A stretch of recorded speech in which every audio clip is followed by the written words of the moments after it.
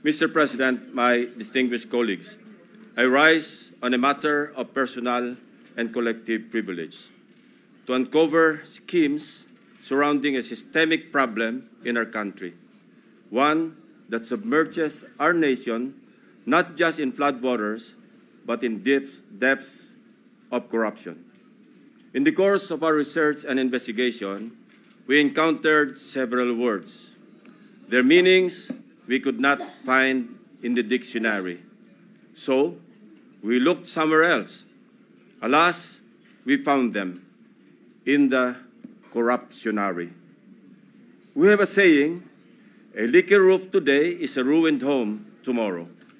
Thankfully, President Bongbong Marcos himself has taken decisive steps to plug the leaky roof as a determined follow-through on his striking rebuke and appeal to conscience with his resounding admonition, mahiya naman kayo.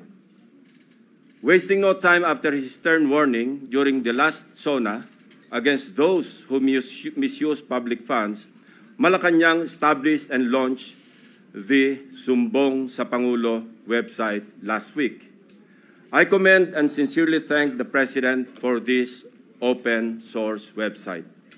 Not only does it open the public a direct line to the President to report anomalous flood control projects in their midst, but in my case, including that of my staff, the website makes our investigative work a lot easier. For one, the coordinates that the website provides showed us a faster way to find shady, even ghost projects. Last week, the President took aim. Today, I am pulling the trigger. Para sa ating mga kababayan, nakatutok ang aking presentasyon sa araw na ito sa mga flood control projects pa lamang. Hindi pa rito kasama ang iba pang mga infrastructure projects na punong-puno rin ng anomalya. Isa-isahin natin ang mga impormasyong aming nakalap sa mga nakalipas na linggo mula sa aming sariling pag-aaral at pagsasaliksik, na suportado ng mga impormasyon mula mismo sa mga DPWH officials at insiders, pati ilang contractors, kasama na rin ang open sources. Una, ang kalakaran ng ilang mga kontratista at mga kasabwat nila sa gobyerno na sa paghahati-hatian ng pondo, kasama na rin ang mga termino o codes patungkol sa kanilang modus. Pangalawa, ang mga palpak na proyekto dahil sa paggamit ng substandard na materyales, kasama na ang mga kontratistang nasa likod nito.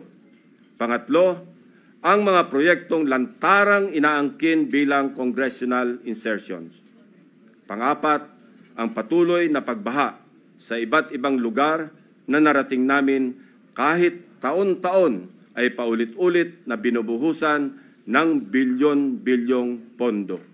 At ang pinakahuli, ang mga tinatawag ng Pangulo na guni-guni o ghost projects na aming nahukay.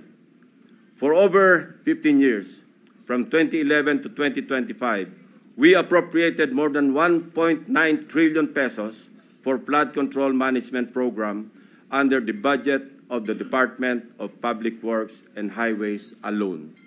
Sa loob lamang ng 3 taon, mula 2023 hanggang 2025, higit 1 trillion pesos ang ating inilaan sa ilalim ng 3 naipasang budget measures para sa flood control. Halos 53% ng kabuuang pondo sa loob ng 15 taon.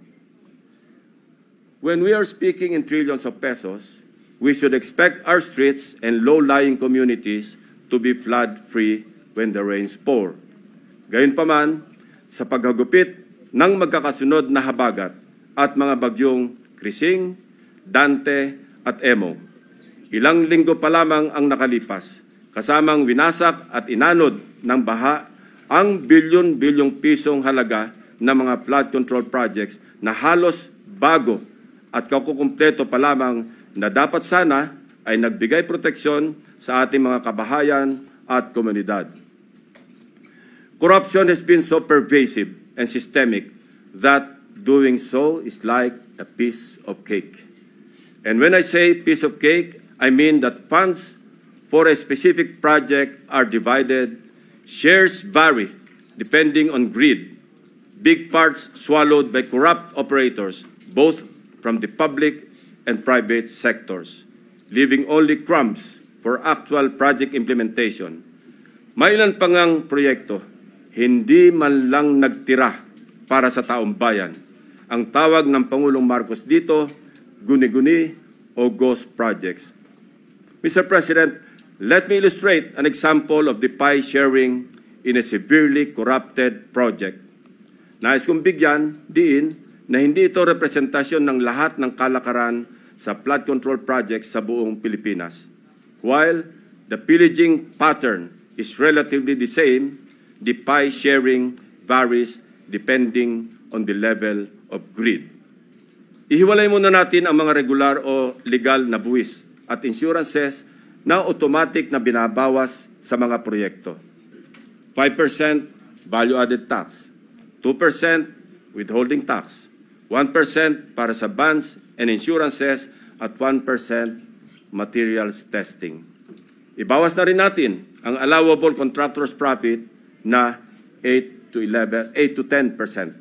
Halimbawa, sa 100 million piso na pondo para sa flood control project, kung ibabawas ang maximum allowable deductions, nasa 82 million ang matitira para sa proyekto.